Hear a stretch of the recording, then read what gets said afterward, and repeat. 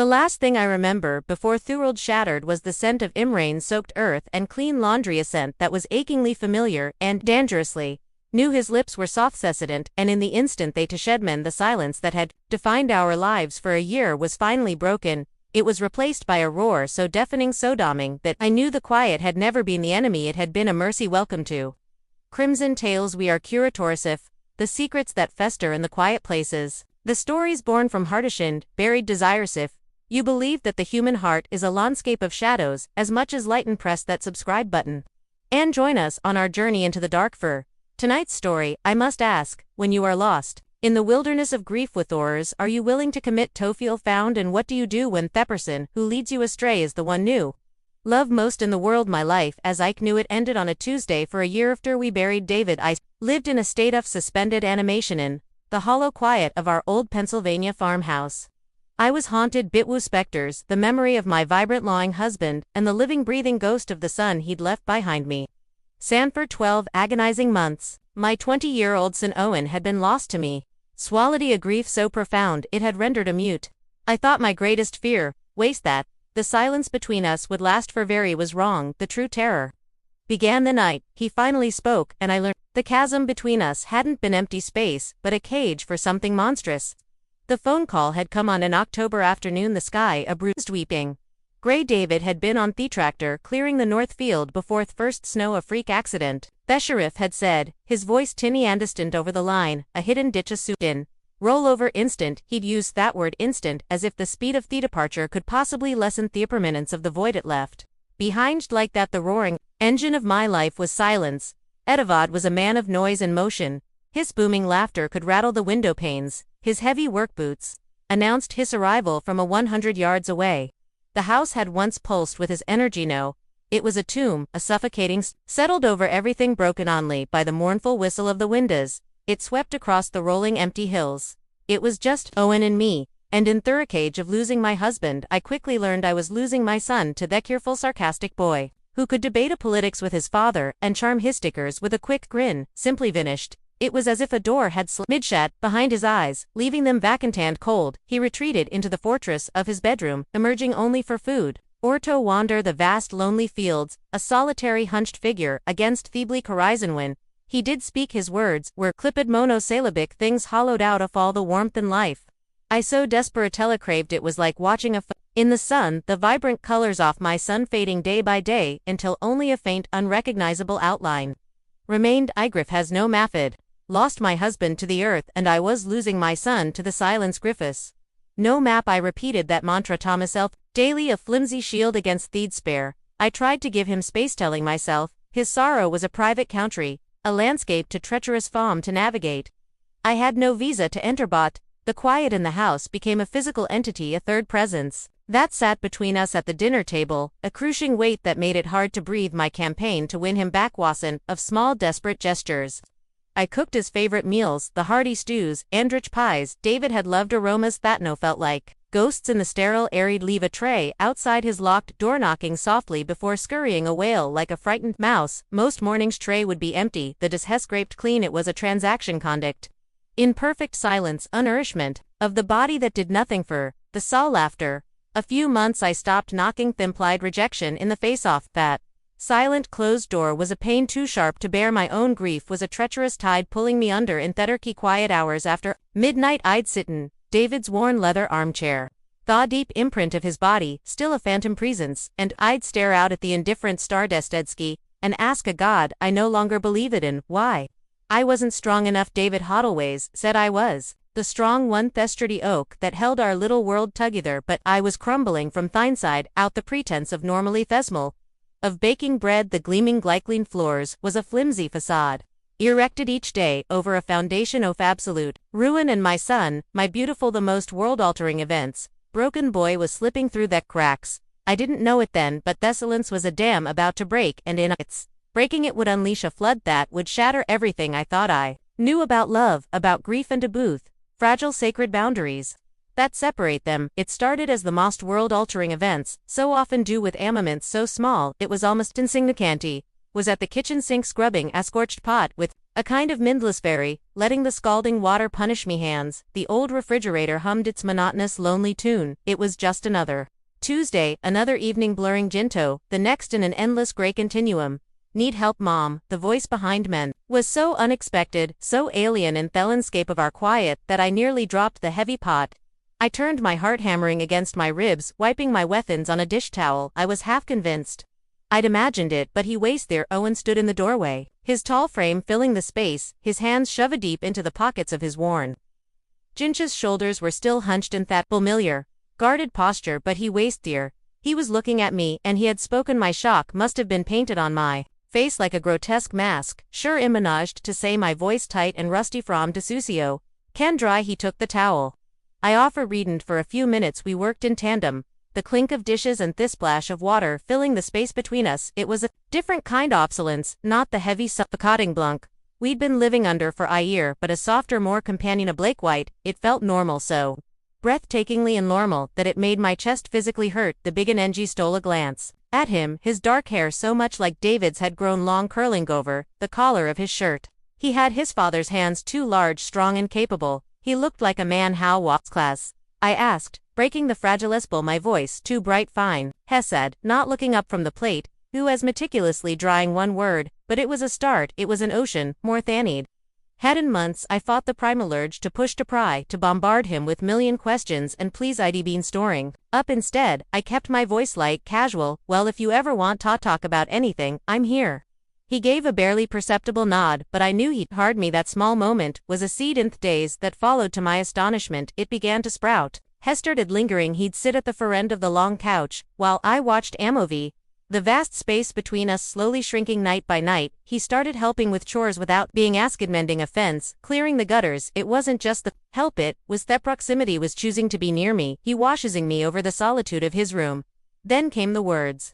Small, cautious one. Nittifrings, an observation about his day, a funny story about a professor, a memory of his father that didn't end in a slammed door. Each sentence was a precious gift, a breadcrumb leading him out of the dark woods of his grief and back into the world, back to me.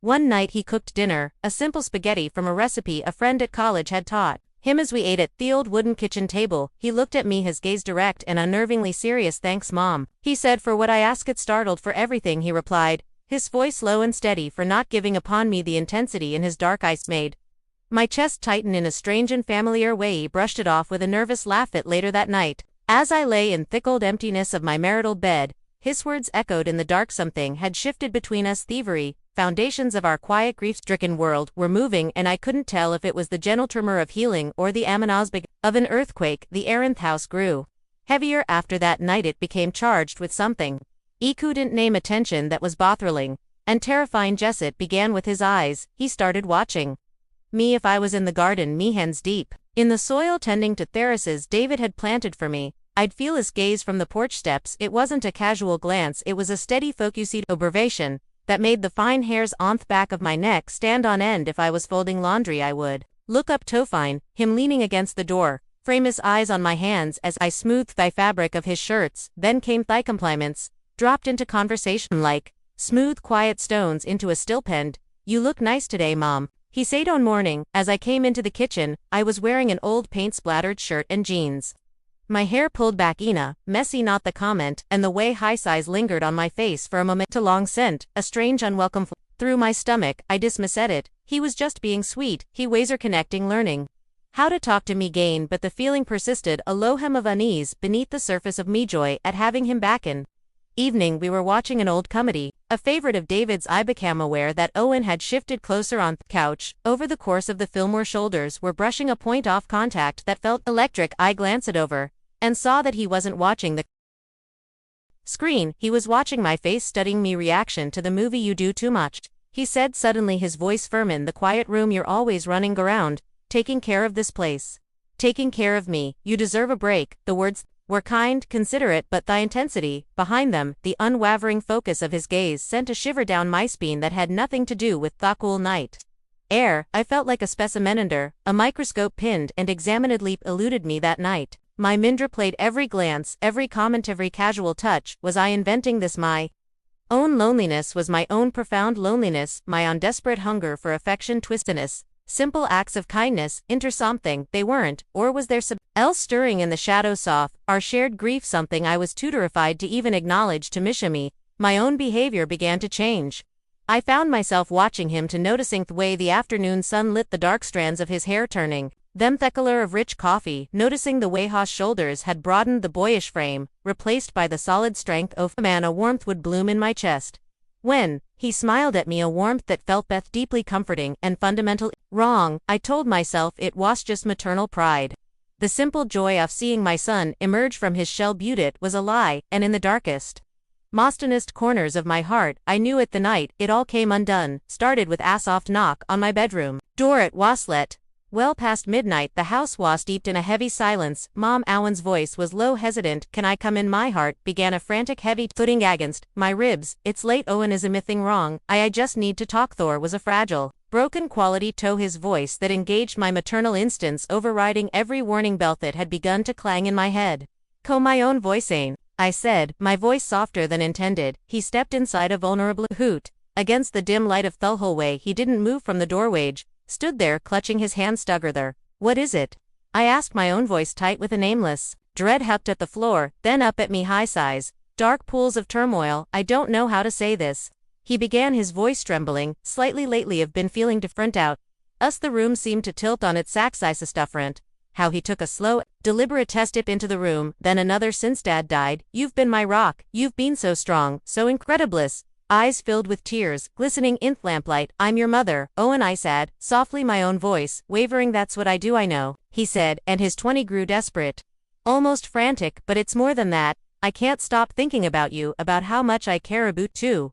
And it's not just. As a sand choked out the words, a torrent of confession that had clearly been held back for a long time. I know it's wrong, God, I know it is, but I can't help it. The words hit me with the force of a physical blow. I stared at him, my mind a blank, roaring void. This isn't real. This is grief. This is confusion. I just need yo. And I said, my voice shaking, to me, what you're feeling, it's the grief, it's the loneliness, it's twisting things up. He shook his head, tears streaming freely down his face. Nay, you don't understand. I've tried to push it away. I've tried so hard, but you're even to me, Mom, you're all I have. Eve was at the edge of my bed now, so close, I could feel the heat radiating from his body. My hand moved on its own accord.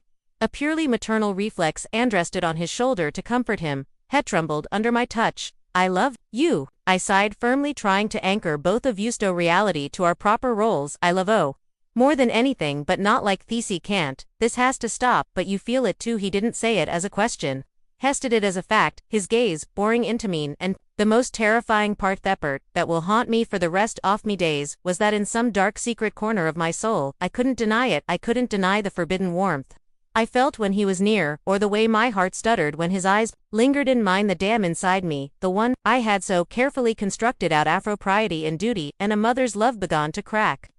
He reached out his trembling hand and covered mine where it rested on his shoulder. His skin was warm and solid.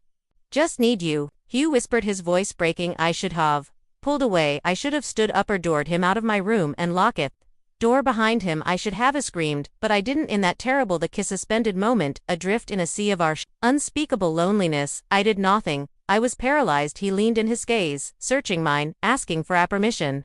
I never should have given though every rational part of my mind was screaming. A silent primal part of meth part that was just a woman starved for a touch and solace didn't stop him. His lips met mine.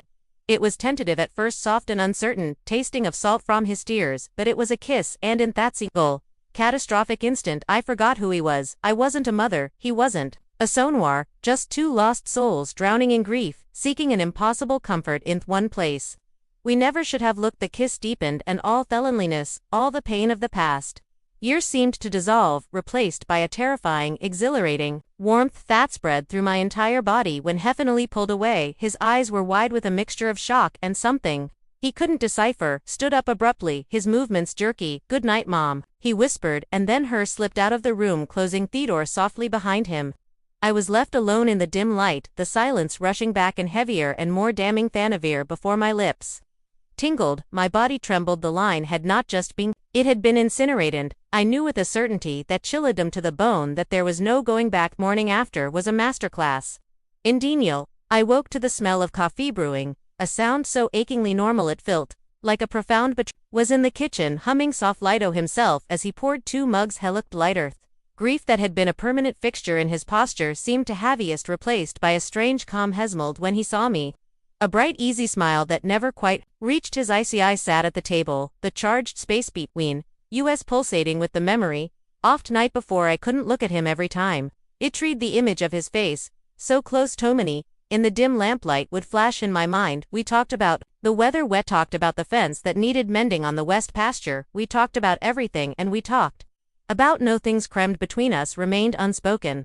In the days that followed, a new strange dynamic settled over the house. He didn't mention it again, but the boundary was gone, and we both knew it. Hewell'd find reasons to touch me. A hand on me arm as we passed in the hallway, his knee brushing against mine as we sat on the porch swing. Each touch was a small quick shock, a jolt that reminded me of the terrible secret we now shared, and my eternal boundless shame did nothing to stop it. I found myself orchestrating my days around his craving. Quiet moments when we were alone. The guilt was a constant corrosive presence in my gut, like swallowing acid boot underneath. It's something else was growing, a dangerous thrilling dependency on the person in the world who truly saw my loneliness. The end came just as quietly as the beginning. It was a week later, another long silent evening spent on the porch. The sun was setting, painting Besky in violent beautiful streaks, orange and purple, Owen said suddenly, his voice soft but clear. Weakened. Keep doing this. I turned to him, my heart freezing in my chest. Doing what? I asked, my voice a whisper, though I knew exactly what he meant. This, he said, gesturing vaguely at the charged space between us, pretending acting like last week didn't happen. Looked at me then, and for the first time since that night, his eyes were clear and sober. It was a mistake, Mom. We were lost. We were both just looking for Dad. The words, so simple and so devastatingly true, were a knife to my heart. He was right in my profound loneliness. I had seen the ghost of my husband in my son's face, and in his grief he had sought ultimate comfort from the only parent he'd had left. It was a perfect, tragic storm of misplaced love and desperate humanity. Yes. I whispered the word, tasting like ash in my mouth. It was a mistake. He stood up, his gaze sweeping over the fields his father had loved and worked until the day they killed him. I think I need to go. He said, not forever, just for a while. I need to figure out who I am without us. He didn't need to explain. With us was without the suffocating weight of our shared secret, without the ghost of his father standing between us. What me? I nodded, a profound soul deep sadness settling over me like a shroud. It was the right thing to do. It was the only thing to do, but it felt like losing him all over again, this time by my own hand. He left the next morning. We didn't thug, we just stood on the porch, a new more painful distance between us than silence had ever created as his car disappeared down the long gravel driveway. A dwindling speck against the vast landscape. I was left alone with that quiet. But it was a different kind of quiet. Now it wasn't empty anymore, it was filled with the deafening memory of our transgression. For a year, I had believed me greatest fear was being alone. I was wrong again. The true horror wasn't the loneliness itself, but the chill and inescapable realization of what I had been willing to do to escape it. What is line between love and need, and with opens when grief erases it completely? Some say a parent's love is unconditional, but are there conditions that should never be tested? Share your thoughts in the comments below, and make sure you're subscribed to Crimson Tales, where the truth is always more complicated than it seems. Until next time, be wary of the comfort you seek in the